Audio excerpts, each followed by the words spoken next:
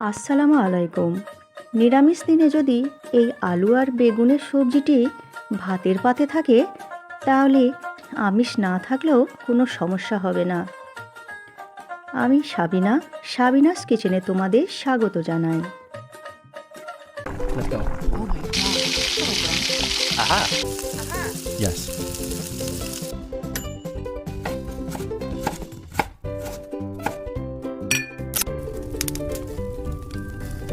Wow. Thank you. আলু আর বেগুন আমি কেটে রেখেছি। কড়াইতে সর্ষের তেল দিয়ে দিলাম।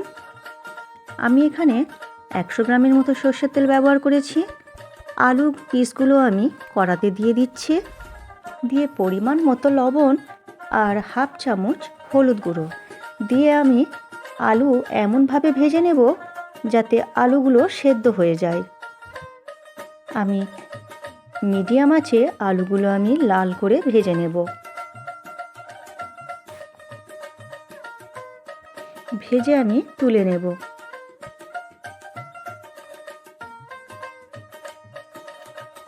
ওই তেলেই আমি বেগুনগুলো আমি পরিমাণ মতো লবণ আর অল্প করে হলুদ দিয়ে আমি বেগুনগুলো ভালো করে ভেজে নেব।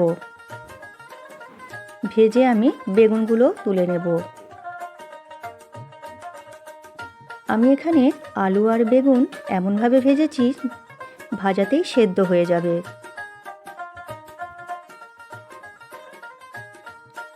অবশিষ্ট তেলে আমি একটা শুকনো লঙ্কা, গোটা গরম মশলা আর 1 চামচ গোটা জিরে ফোড়ন দিয়ে দেব।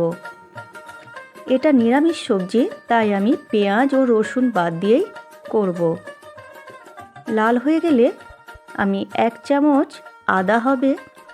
আদা বাটা হবে সেরকম আদা দিয়েছি আর ঝালের জন্য পরিমাণ মতো কাঁচা লঙ্কা একসঙ্গে থেতো করে দিয়ে দিচ্ছি। হালকা করে ভেজে নেওয়ার পর আমি 2টো টমেটো একেবারে ছোট ছোট করে কেটে দিয়ে দিচ্ছি। পরিমাণ মতো লবণ দিয়ে দিচ্ছি, হাফ চামচ হলুদ গুঁড়ো আর দিয়ে দিচ্ছি 1 চামচ জিরে গুঁড়ো আর 1 চামচ ধনে গুঁড়ো। এখানে আমি ভাজা জিরে গুঁড়ো আর ধনে গুঁড়ো ব্যবহার করেছি। আর দিয়ে দিচ্ছি 1 চামচ কাশ্মীরি লঙ্কা গুঁড়ো। কাশ্মীরি লঙ্কাটা আমি কালারের জন্য ব্যবহার করছি। আমি এখানে কাঁচা লঙ্কা দিয়েছি তাই ঝাল লঙ্কা গুঁড়ো দেওয়ার প্রয়োজন নেই। অল্প অল্প করে পানি দিয়ে আমি মশলা ভালো করে কষিয়ে নেব। মশলা কষানো হয়ে গেলে 2 চামচ বেসন দিয়ে দিচ্ছি।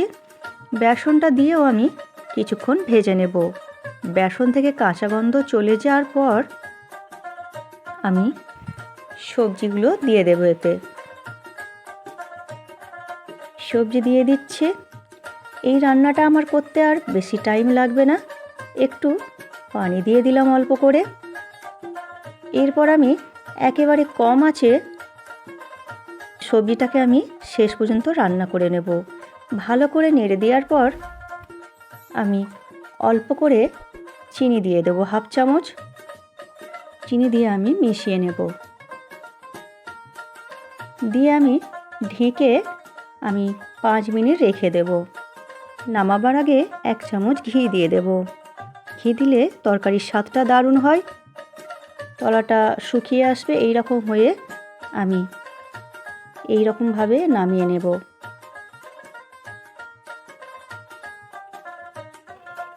এরপর তোমরা গরম গরম পরিবেশন করো, ভাত, রুটি, পরোটার সাথেও পরিবেশন করো।